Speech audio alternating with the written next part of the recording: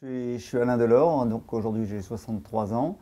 Ben voilà, donc je pars pour un tour, un tour du monde sans escale par les trois caps, hein, Bonne-Espérance, Youwin et le Cap Horn. Ben ça m'est venu il y a un an et demi, donc je voulais passer le Cap Horn. C'était quelque chose que je n'avais pas trop prémédité, puis j'ai dit tiens, ben ça c'est fait pour moi. Donc je vais préparer ce tour. Et j'ai fait du bateau dès mon plus jeune âge, donc de la croisière familiale, puis après l'envie de régate. Plus tard, à 53 ans, j'ai fait la Mini Transat, parce que j'aime le large et j'aime le solitaire. Donc, et pas le large pour aller au large, aussi un petit peu l'esprit de compétition doit être un petit peu faire partie du jeu. Je voulais un bateau de course, un bateau qui marche. Et donc voilà, j'en suis arrivé à 7h35 qui était avant dans le midi et qui était dans le budget.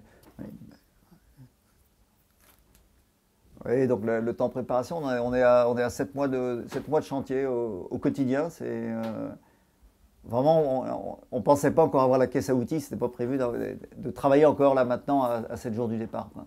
Donc j'ai fait un aller-retour en solitaire aux Açores cet été. Je suis resté 48 heures aux Açores, c'était vraiment naviguer pour naviguer. Les gens là-bas me disaient mais il est fou celui-ci, il reste pas. Je me retrouve pas dans un Motessier, dans un Loïc Fougeron, dans un circumnavigateur là.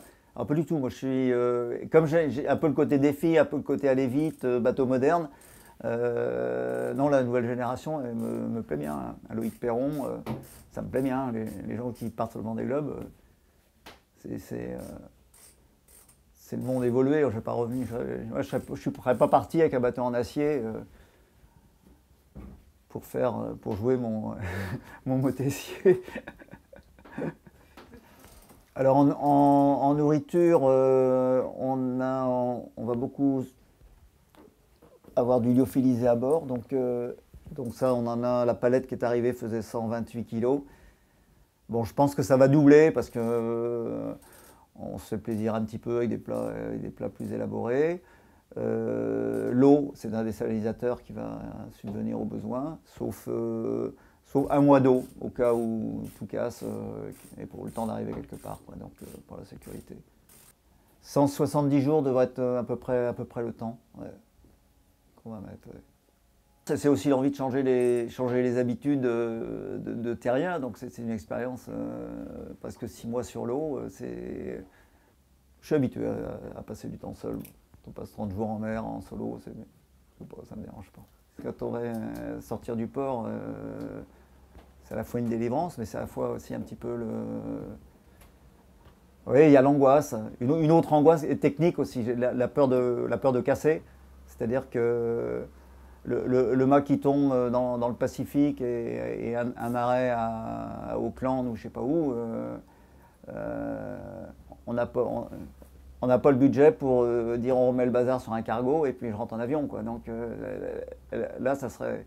Dans le budget, c'est pas prévu. Dans le budget global, on est à 140 000 euros, ce qui est pas énorme